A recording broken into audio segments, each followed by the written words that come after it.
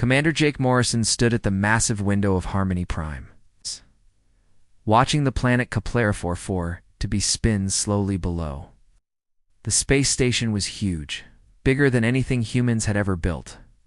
It housed representatives from 6 different species, all working together for the first time in galactic history. At least that was the idea. Jake rubbed his tired eyes.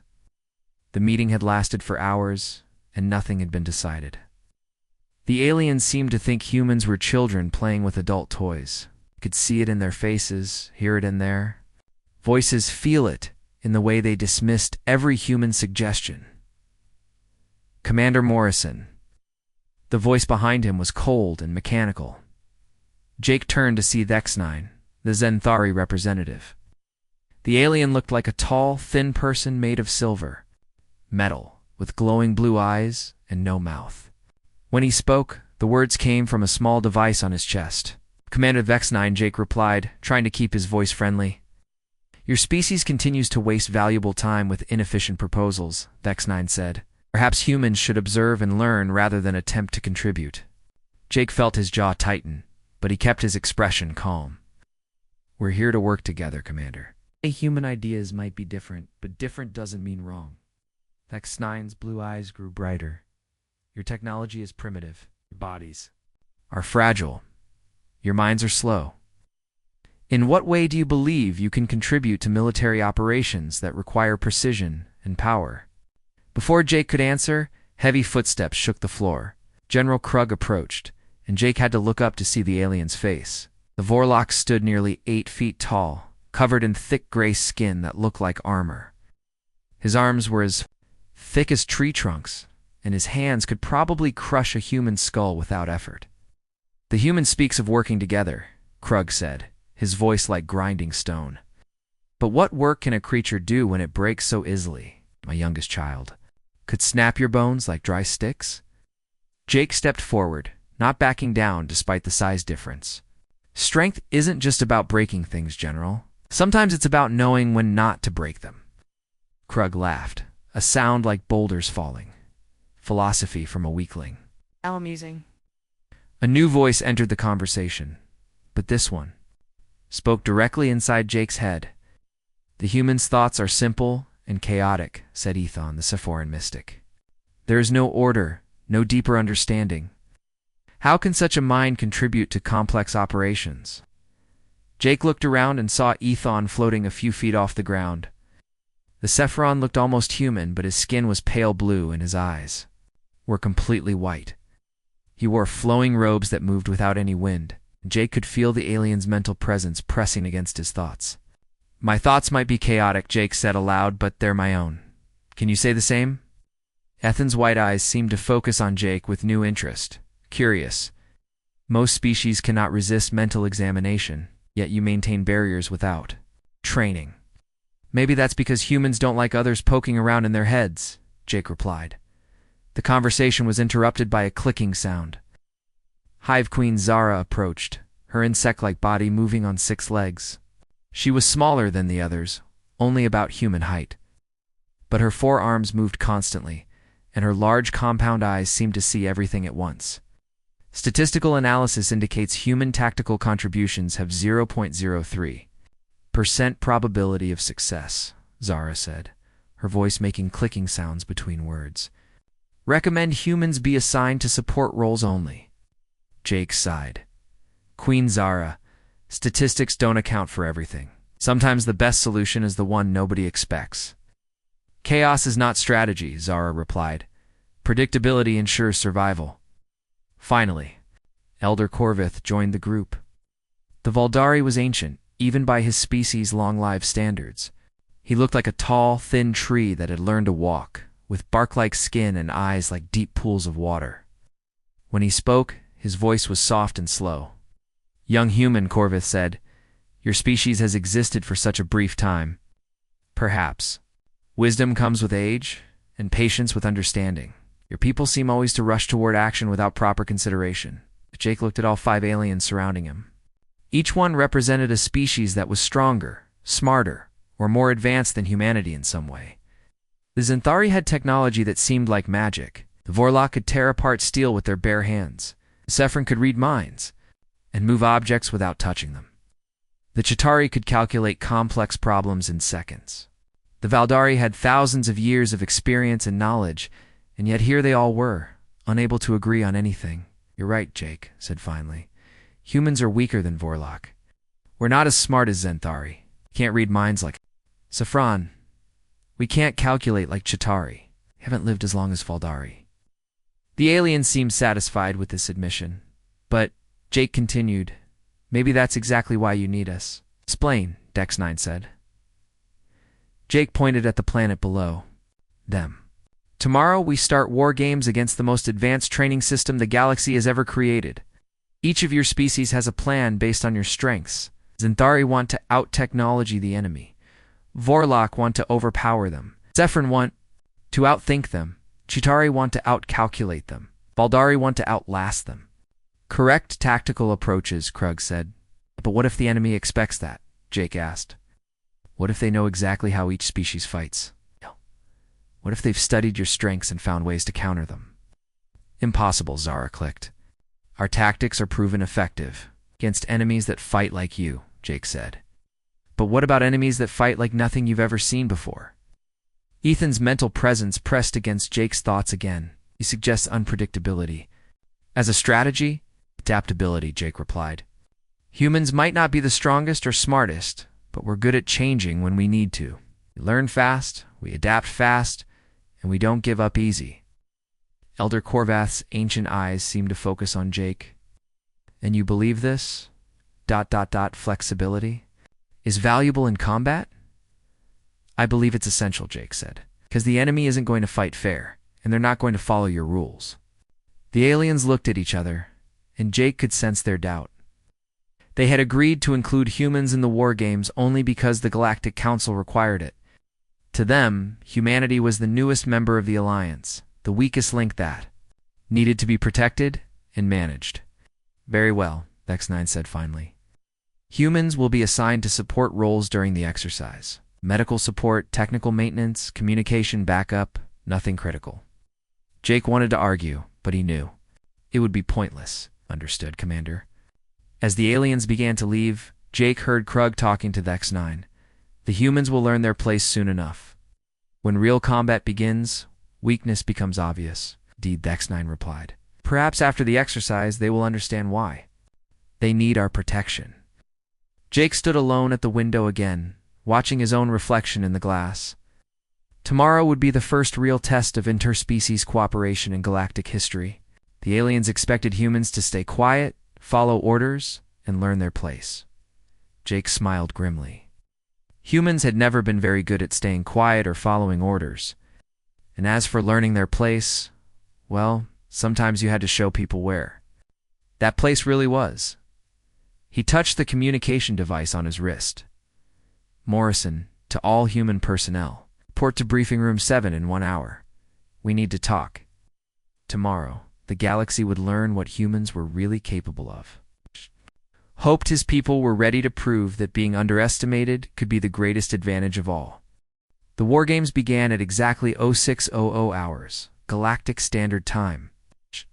Jake Morrison sat in the human command center, watching multiple screens showing the positions of all Allied ships. The room was smaller than the alien command centers, with only 5 people inside. Danny Chen monitored medical and damage reports. Lisa Parker tracked engineering systems across the fleet. Steve Adams handled communications between all species. Amy Foster coordinated human ship movements, and Jake watched everything, looking for patterns the others might miss. "Human vessels, maintain rearguard position," came the cold voice of Vex9 over the communication system. "Do not engage enemy units without direct orders." Jake pressed his communication button. "Understood, Zenthari Command." Humans holding position." Amy looked at Jake with frustration in her eyes. "Commander, we could be helping. Our ships are fast and maneuverable. We don't have to just sit here." "Not yet," Jake said quietly. "Let's see how this plays out first." On the main screen, Jake watched the alien fleets move into their attack formations. The Zenthari ships gleamed like silver arrows, their advanced weapons charging with blue energy. The Vorlok vessels looked like flying fortresses, thick armor covering massive guns. The Sephron ships moved in perfect coordination, guided by psychic links between their crews. The Chitauri fleet arranged itself in complex mathematical patterns, every ship positioned according to precise calculations. The Valdari ships took defensive positions around important targets, their ancient hulls scarred from centuries of battles. The enemy appeared on the screens as red dots, moving toward the Allied forces. The training AI was supposed to provide a challenging but winnable scenario, controlled a fleet of simulated enemy ships with various weapons and tactics. Zenthari fleet engaging enemy advance units, Dex 9 announced. 93.7%. Jake watched as the Zenthari ships fired their energy weapons at the approaching enemy. The shots were perfectly aimed, hitting their targets with mathematical precision. Several enemy ships exploded in bright flashes. It looked like the Zenthari were winning easily. Vorlok forces moving to support. General Krug's voice rumbled through the speakers. We will crush any survivors. The massive Vorlok ships charged forward, their heavy guns firing explosive shells that could tear through armor like paper. Ow. More enemy ships were destroyed. Jake could hear the satisfaction in Krug's voice as his warriors celebrated their victories. But something was bothering Jake. He stared at the tactical display, watching the patterns of enemy movement. Danny, are you seeing anything unusual in the damage reports? Danny looked at his screens more carefully. Actually, yes, sir. The enemy ships that got destroyed, they're all using the same defensive patterns. Like they're not even trying to avoid getting hit. Lisa Parker frowned at her engineering displays. That's weird. The enemy weapons are hitting our ships, but they're targeting non-critical systems. Like they're studying our technology instead of trying to destroy us. Steve Adams checked his communication equipment. Sir, I'm picking up enemy transmissions, but they're not trying to jam our communications. They're just listening. Like they're learning how we talk to each other. Jake felt a cold feeling in his stomach. Amy, what do you see in their flight? Patterns. Amy studied the enemy ship movements on her screen. It's strange, Commander. At first they looked random, but now I see it. They're testing each species individually. They attack the Zenthari in one way, the Vorlok in another way, the Sephron differently. Like they're figuring out how each species fights. On the main screen, the battle was still going well for the Allied forces. The aliens were winning, destroying enemy ships faster than expected. But Jake could see what his team had noticed. The enemy wasn't really trying to win this fight. They were learning. Chitauri tactical analysis complete, Queen Zara announced. Enemy resistance weaker than predicted. Recommend full assault. Sephron. Forces detecting minimal psychic defenses, Ethan's voice said. Enemy minds are simple. Victory is assured. Valdari position secure, Elder Corveth reported calmly. Enemy cannot break our defensive formations. Jake watched the enemy fleet regroup. New ships appeared on the screens, moving in different patterns than before. These ships didn't attack like the first wave. They moved with purpose, using tactics that seemed designed specifically to counter each alien species. The Zenthari ships fired their energy weapons, but the new enemy ships had shields that absorbed the energy and redirected it back at the attackers. Exneen's voice lost its confidence. Unexpected enemy adaptation. Zenthari weapons are ineffective against new defensive systems. The Vorlok ships charged forward, but the enemy used their own momentum against them. Small, fast enemy ships darted around the massive Vorlok vessels, hitting weak points that shouldn't have been known to the enemy. General Krug's celebration turned to angry growling. It's possible. Enemies should not know Vorlok ship weaknesses. The Sephron psychic attacks met a wall of mental static that hurt the attackers more than the defenders. Ethan's voice was strained. Enemy has developed psychic countermeasures. Our mental abilities are being turned against us. The Chitauri mathematical formations were met by enemy movements that seemed completely random, but somehow always ended up in the right place at the right time. Queen Zara's clicking became rapid and agitated. Enemy tactics do not follow logical patterns. cannot calculate proper responses. Even the ancient Faldari defensive positions became traps as the enemy surrounded them and waited, knowing exactly how long the defenders could hold out. Elder Corvath's calm voice showed worry for the first time. Enemy demonstrates knowledge of Faldari endurance limits. Our patience becomes our weakness. This is impossible, Dex9 said over the communication system. How can the enemy adapt so quickly to our tactics? Jake pressed his communication button. Because they're not fighting you, Commander. They're studying you. The first wave was just gathering information about how each species fights. Now they're using that information against you. Explain, General Krug demanded. The enemy AI is learning, Jake said. It's not following any preset program. It's watching how you fight, finding your patterns, and then countering them. Your strengths became predictable, so they became weaknesses. Human assessment appears correct. Queen Zara clicked rapidly. Enemy learning curve exceeds all calculations. On the screens, the Allied casualty reports were climbing fast. Zenthari. Ships couldn't penetrate the adaptive shields. Orlok ships were being outmaneuvered by enemies that knew exactly how they would attack. Sephiron crews were suffering from psychic feedback that left them unable to fight. Chitauri formations were being scattered by seemingly random enemy movements that were somehow perfectly effective. Faldari defensive positions were becoming surrounded death traps. Request immediate tactical support, Dex9 said, his mechanical voice showing strain. Vorlok forces require assistance, General Krug admitted reluctantly. Sephiron mines need protection from enemy countermeasures, Ethan said weakly. Chitauri calculations require new variables. Queen Zara clicked desperately. Eldari. Wisdom insufficient against adaptive enemy, Elder Corvath said sadly. Jake looked at his team. Danny was watching medical evacuation routes being targeted by the enemy. Disa was seeing captured alien technology being used against them. Steve was monitoring enemy communications that predicted every Allied move. Amy was tracking enemy ships that seemed to know exactly where the Allies would be. Sir, Amy said quietly, they're not just learning from this battle. They're learning from every battle each species has ever fought. All our military histories, all our tactical manuals, all our traditional strategies. The enemy knows everything. About how we're supposed to fight. Jake stood up from his chair. Then maybe it's time to fight in a way we're not supposed to.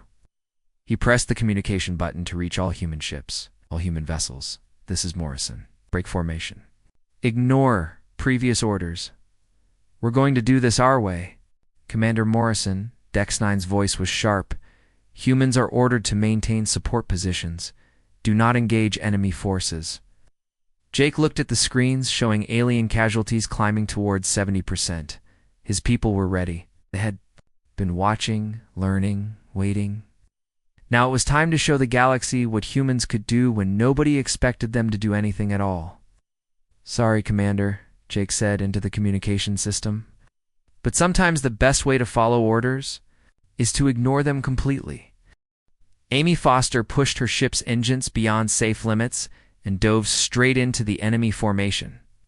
Her fighter moved in ways that made no sense according to any flight manual. She rolled left when logic said to go right, accelerated when she should have slowed down, and flew through asteroid fields that should have been avoided completely.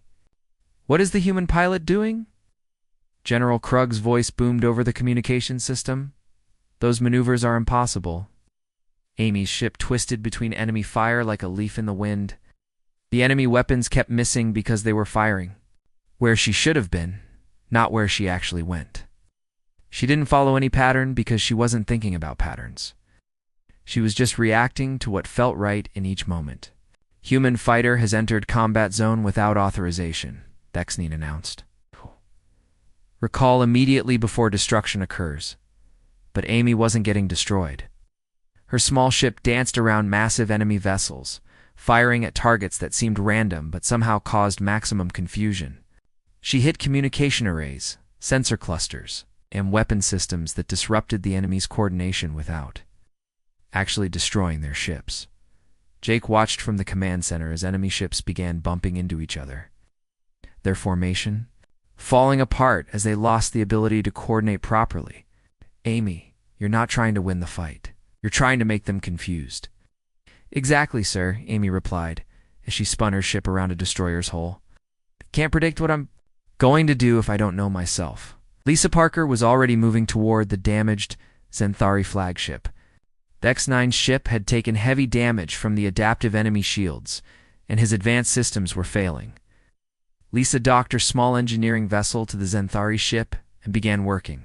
What human engineer, your assistance is not required, the X-9 said coldly.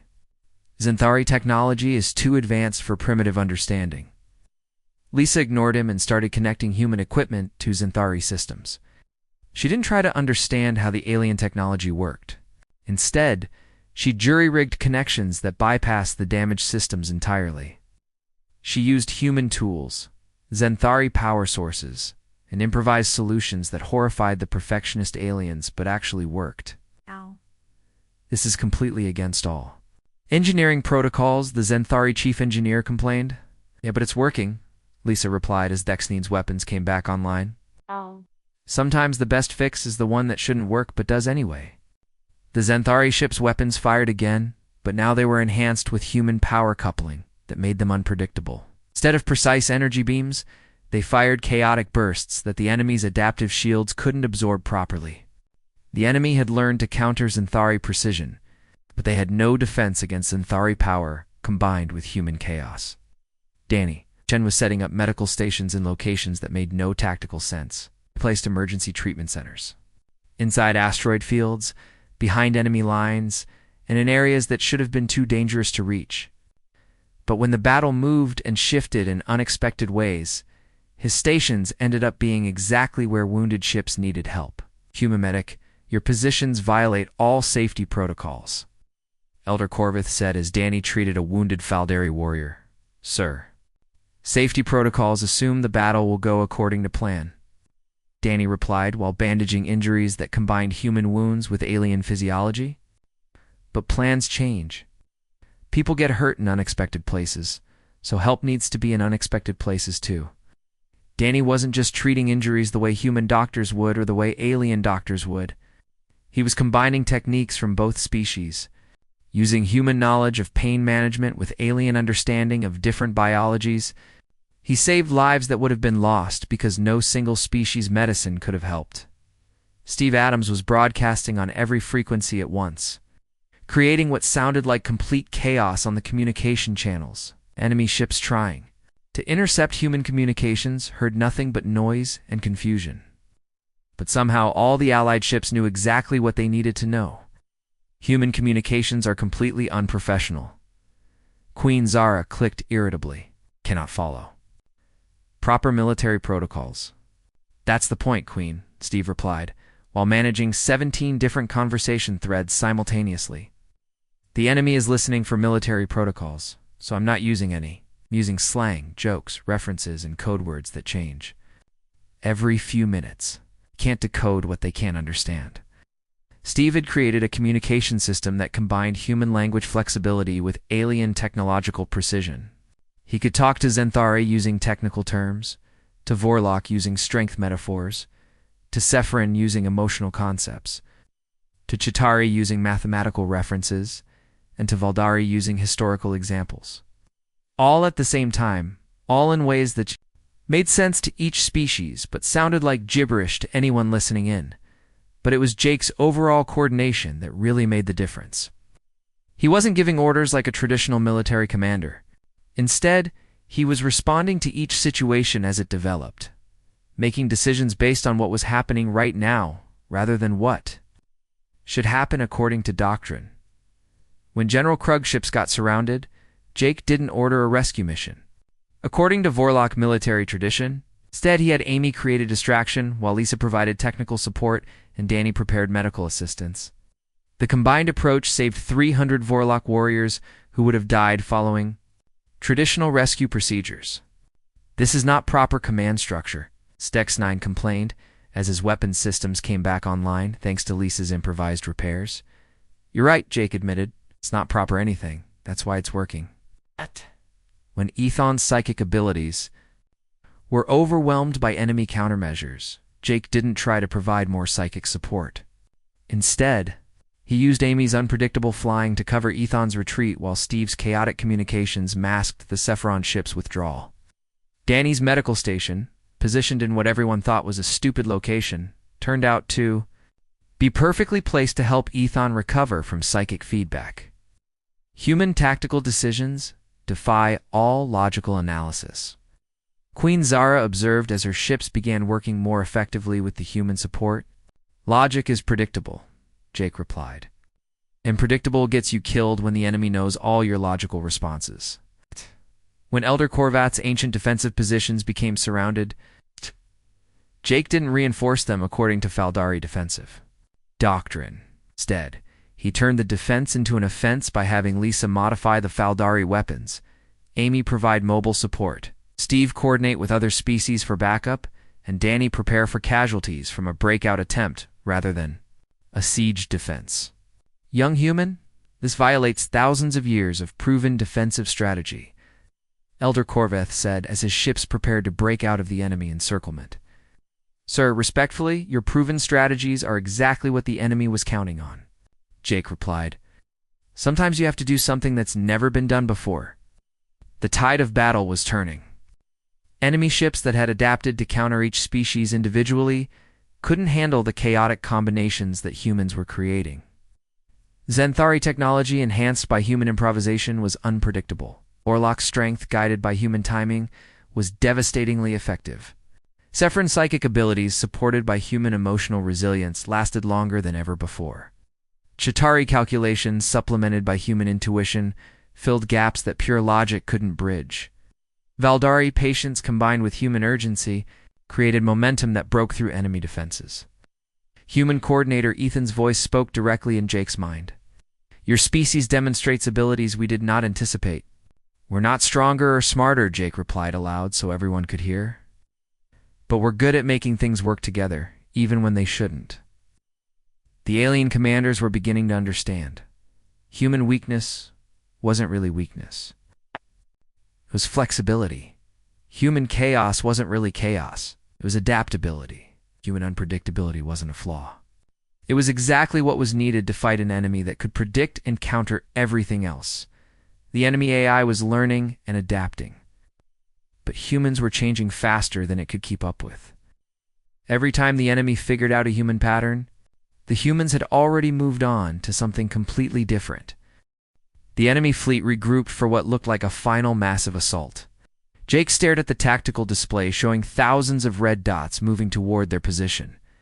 This wave was different from the others. These ships moved with perfect coordination.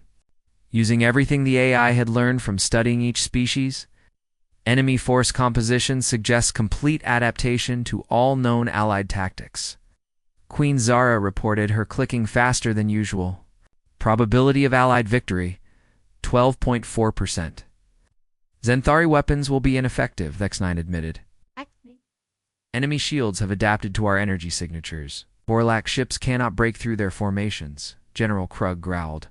They know exactly how we attack. Sephiron's psychic abilities are being blocked completely, Ethan said weakly. Their mental defenses are stronger than our attacks. Aldari defensive positions will not hold against this assault. Elder Korvith said sadly. They have learned to counter our patience. Jake looked at his team. Danny was monitoring casualty reports that showed they were badly outnumbered. Lisa was tracking enemy technology that surpassed anything the Alliance had. Steve was listening. 2 enemy communications that revealed perfect knowledge of every allied ship and weapon. Amy was watching enemy movement patterns that countered every known military tactic. Sir, Amy said quietly, they're not just using what they learned from this battle. They're using everything. Every war any of our species ever fought, every tactic ever used, every strategy ever recorded. They know it all. Jake nodded slowly. The enemy AI had access to the complete military history of every species in the Alliance. It knew how Zenthari fought in the Beta Centauri campaigns. It understood Vorlok tactics from the Great Clan Wars. It had studied Sephiron's psychic warfare from ancient conflicts. It could predict Chitauri mathematical strategies from thousands of battles. It remembered Faldari defensive techniques from wars fought before humans even discovered fire. But there was one thing the enemy didn't know about. One thing that had never been recorded in any military database, because it had never existed before today. Commander Morrison, the X9 said over the communication system. Request permission to transfer command authority to human coordination. Jake almost fell out of his chair. What did you say? Xanthari tactical analysis indicates human coordination. Methods demonstrate superior adaptive capability, the X9 replied. Request transfer of command to human authority. General Krug's voice rumbled through the speakers. Vorlock forces agree. Human tactics saved our warriors when our own strength failed. We will follow human leadership, Mafron minds concur. Ethon said. Human emotional resilience provides stability our abilities lack. We accept human command. Chitauri calculations support human coordination. Queen Zara clicked rapidly. Human intuition fills logical gaps. Our analysis cannot bridge. Recommend human leadership. Faldari wisdom recognizes human adaptability, Elder Corvith said slowly. Your quick thinking complements our patient knowledge. We will follow your guidance. Jake stared at the communication panel. 5 alien species, each one more advanced than humanity in their own way, were asking him to lead them. Not because humans were stronger or smarter, but because humans could help them work together. All right, Jake said into the communication. System, if you're willing to trust me, then I need you to trust each other. We're not going to fight as separate species anymore. We're going to fight as one combined force. Explain tactical approach, X9 requested. Jake looked at the enemy formation approaching them. The enemy knows how each of your species fights individually. They know Xanthari technology, Vorlock strength, Sephron psychic abilities, Chitauri, calculations, and Faldari wisdom. But they don't know how all of you fight together because you've never actually done it before. Human commander speaks truth, Ethon observed. No historical record exists of true interspecies tactical cooperation. So, we're going to give them something they can't predict, Jake continued. X9, I need your energy weapons, but not for attacking. I need them for power transfer. Xanthari weapons are designed for combat, not power sharing, X9 protested. Lisa, can you modify their systems? Jake asked. Already working on it, sir, Lisa replied from where she was still connected to the Xanthari flagship. I cross-connect. Their power grid with Vorlock shield generators and Sephron psychic amplifiers, we could create a shared energy network. That combination has never been attempted, X9 said. Good, Jake replied. The enemy won't know how to counter something that's never been done before. General Krug, I need your ships to provide physical protection, but not just for yourselves. Can your armor defend other species' ships? Vorlock armor protects Vorlock ships, Krug said. Other species are too weak for our methods.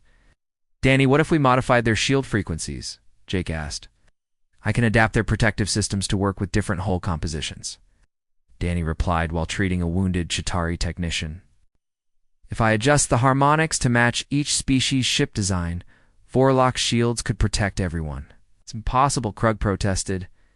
Vorlock protection methods are incompatible with inferior hulls. Maybe individually, Jake said. We combine Vorlock strength with Xanthari precision and Faldari durability? Elder Korvath's ancient voice carried new interest. Young human proposes unified defensive matrix. Faldari hull reinforcement could provide foundation for Vorlock power and Xanthari control. Queen Zara's clicking became thoughtful. Mathematical analysis suggests hybrid defensive system could achieve protection coefficients beyond individual species capabilities, Ethon Jake continued. I need your psychic abilities, but not for attack or defense. I need you to coordinate all our thoughts and reactions so we can respond as one unit instead of 5 separate groups. Sephron's psychic coordination requires compatible minds, Ethon said. Species think differently. Direct mental linking causes interference. Steve, can you help with that? Jake asked. I can create communication bridges between different thought patterns, Steve replied while managing multiple alien conversation threads. If I use each species' natural communication style as a filter, Ethon could coordinate without forcing everyone to think the same way. Queen Zara, Jake said, I need your calculations, but not just for tactics. I need you to calculate how. All these different systems will work together in real time. Chitauri computational systems are designed for single-species tactical analysis, Zara protested. Multi-species coordination requires variables beyond current programming. What if we gave you access to data from all the other species? Jake asked. Emmy, you've been watching everyone's movement patterns? Can you help Zara understand how each species naturally flows in combat? I can provide motion dynamics for every ship type, Amy replied while dodging enemy sensor sweeps. If Queen Zara can process flight characteristics from all species simultaneously, she could predict optimal combined movement patterns. An elder Corveth, Jake said, I need your wisdom to help everyone understand that working together doesn't mean giving up what makes each species special. It means making those special abilities even stronger by combining them.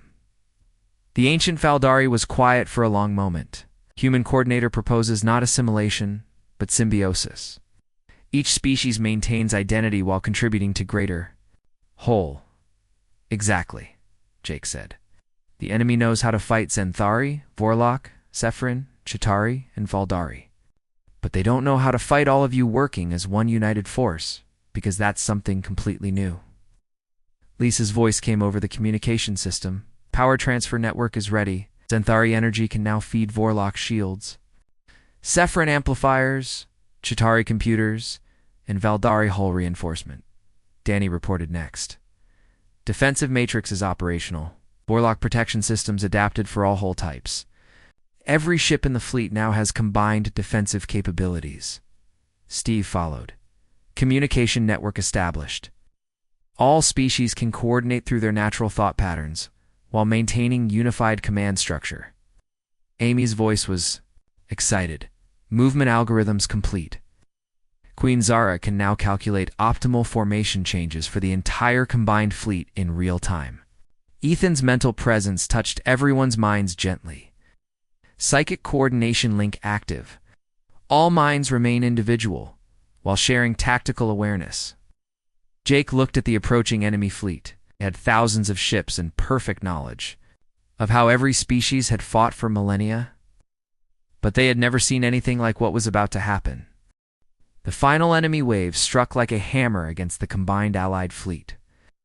Jake watched the tactical display as thousands of red dots rushed toward their position. The enemy ships moved with perfect precision, using every piece of military knowledge they had stolen from galactic history, but something was different this time. The Allied fleet didn't scatter into species-specific formations. Instead, they moved as one unified force, with each ship type supporting the others in ways that had never been seen before. All ships, begin coordinated defense pattern alpha, Jake commanded. Remember, we're not 5 different fleets anymore, we're one fleet with 5 different strengths. Amy's voice came through the communication system as she guided the fleet's movement. Enemy trying to divide us into separate groups like before, but our formation is holding. Queen Zara's calculations are keeping everyone in perfect position. The Zenthari ships fired their energy weapons, but instead of acting alone, their power was being shared through Lisa's improvised network. Vorlak's shield generators strengthened the energy beams.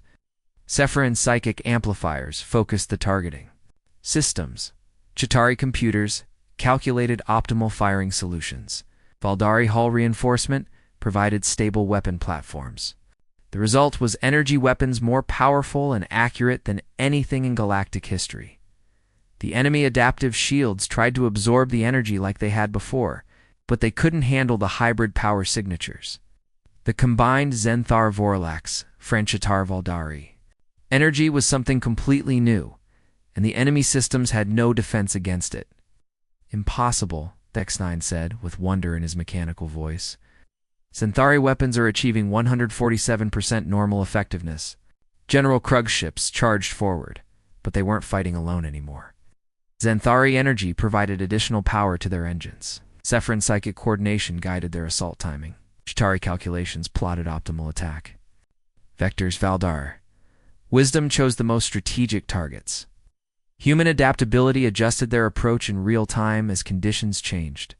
The enemy tried to use the Vorlok strength against them like before, but the combined approach made the Vorlok ships unpredictable. They attacked with Zenthari precision, defended with Faldari patience, coordinated with Sephiron mental links, and calculated with Chitauri mathematics, all while maintaining their natural Vorlock power. By the ancient stones, Krug rumbled in. Amazement! Vorlock warriors are fighting with the skill of all species combined. This is glorious. Ethon's psychic abilities reached out across the battlefield, but now they were supported by technology and tactics from every other species. Zenthari amplifiers boosted his mental range. Vorlock power generators sustained his psychic energy. Chitauri computers helped him process multiple mental connections simultaneously. Faldari meditation techniques kept his mind stable under the strain. Human emotional support prevented psychic feedback from overwhelming him.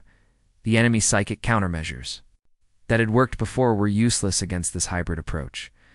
Ethon wasn't just using Sephiron psychic warfare anymore. He was coordinating the thoughts and reactions of 5 different species at once, creating a level of battlefield awareness that no enemy could predict or counter.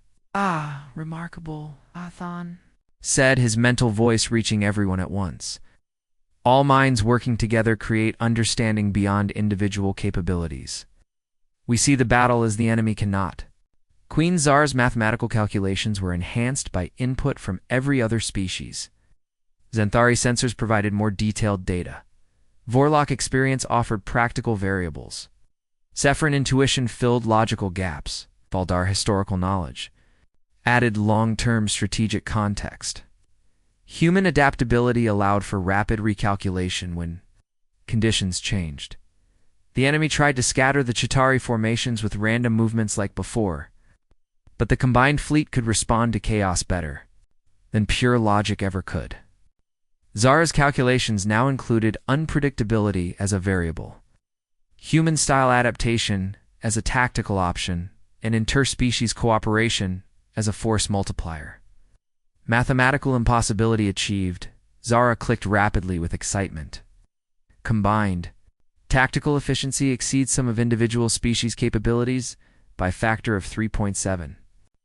Elder Korvath's ancient wisdom guided the fleet's overall strategy, but it was enhanced by the speed and innovation of the younger species. Zenthari technology provided new tools for old strategies. Vorlock's strength offered options that pure defense couldn't match. Sephiron mental coordination allowed for faster implementation of wise decisions. Chitauri calculations helped predict the long-term results of patient planning. Human flexibility let ancient wisdom adapt to brand-new situations. The enemy tried to outlast the Faldari defensive positions like before, but the combined approach made patience into an active weapon rather than passive endurance.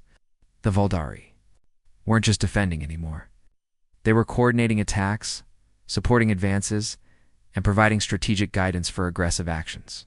Young human, Korvath said, with deep satisfaction. Faldari wisdom, enhanced by allied capabilities, achieves victories that patience alone could never accomplish. But it was the human contribution that tied everything together, allowed each species to maintain their identity while working toward a common goal. Danny's medical support kept crews from all species fighting at peak efficiency. Lisa's engineering innovation created hybrid systems that shouldn't have worked but did. Steve's communication network let 5 different types of minds work as one. Amy's tactical adaptation kept the entire fleet responding to changing conditions. Enemy AI was struggling. It had perfect knowledge of how each species fought individually, but it had no data on how they could fight together. Every time it adapted to counter one species' tactics, combined fleet would shift to emphasize a different species' strengths, or create entirely new hybrid approaches that used multiple species' abilities simultaneously.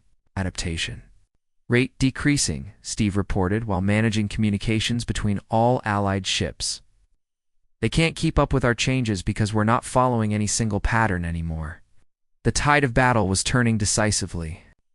Enemy ships that had seemed invincible were being destroyed by weapons and tactics they couldn't understand or counter. The adaptive AI that had learned everything about galactic warfare was helpless against something that had never existed before. True interspecies, military cooperation. Suddenly, the enemy fleet stopped attacking. All the red dots on Jake's tactical display froze in place. Then, one by one, they began to disappear. Enemy forces are withdrawing, Amy reported with surprise. No, wait. They're not withdrawing, they're shutting down. Ow. The simulation environment around them began to change. As the artificial space of the war games dissolved, replaced by the real interior of Harmony Prime Station. Jake found himself standing in a large chamber surrounded by all the alien commanders and their crews, but they weren't alone. At the center of the room stood a figure that Jake had never seen before. It looked like a tall, elegant being made of shifting light and energy, with eyes that seemed to contain the wisdom of ages. Greetings, the figure said in a voice that somehow spoke in each species' native language simultaneously. I am the keeper of the trial. What you have just completed was not merely a war game, it was a test to determine if the species of this galaxy could truly unite against the threat that approaches. Jake felt a chill run down his spine. What threat? The Devourers, the Keeper replied. A species that consumes civilizations by learning their strengths and exploiting their inability to adapt. They have destroyed 12 galaxies by turning each species' greatest abilities into their greatest weaknesses. The alien commanders looked at each other with new understanding. Everything they had just experienced, every adaptation the enemy AI had made, every tactic it had learned and countered, had been preparation for a real enemy. For 3,000 years, no combination of species has successfully passed this trial, the Keeper continued. Each group has failed because they could not overcome their individual pride to work together truly. Until today, the Keeper's eyes focused on Jake. Humans, you are indeed the weakest species here in terms of technology. Strength, psychic ability, calculation, and experience. But you possess something the others lack. The ability to see strength in diversity, to find unity without uniformity, to lead without dominating. The X9 stepped forward. The humans have shown us that our greatest strength lies not in our individual capabilities, but in our combined potential. General Krug nodded his massive head. Human weakness became our strength because they taught us to support each other. The Devourers will arrive at the edge of this galaxy in 6 months, the Keeper announced. But now, for the first time in galactic history, the species here are truly ready to face them. It's not as separate civilizations, but as one united force. Looked around at his alien allies, who no longer seemed so alien. They had fought together, struggled together, and learned together. They had discovered that strength came not from individual power, but from the courage to trust and support each other. The galaxy had called humans weak. But in the end, human weakness had become everyone's strength.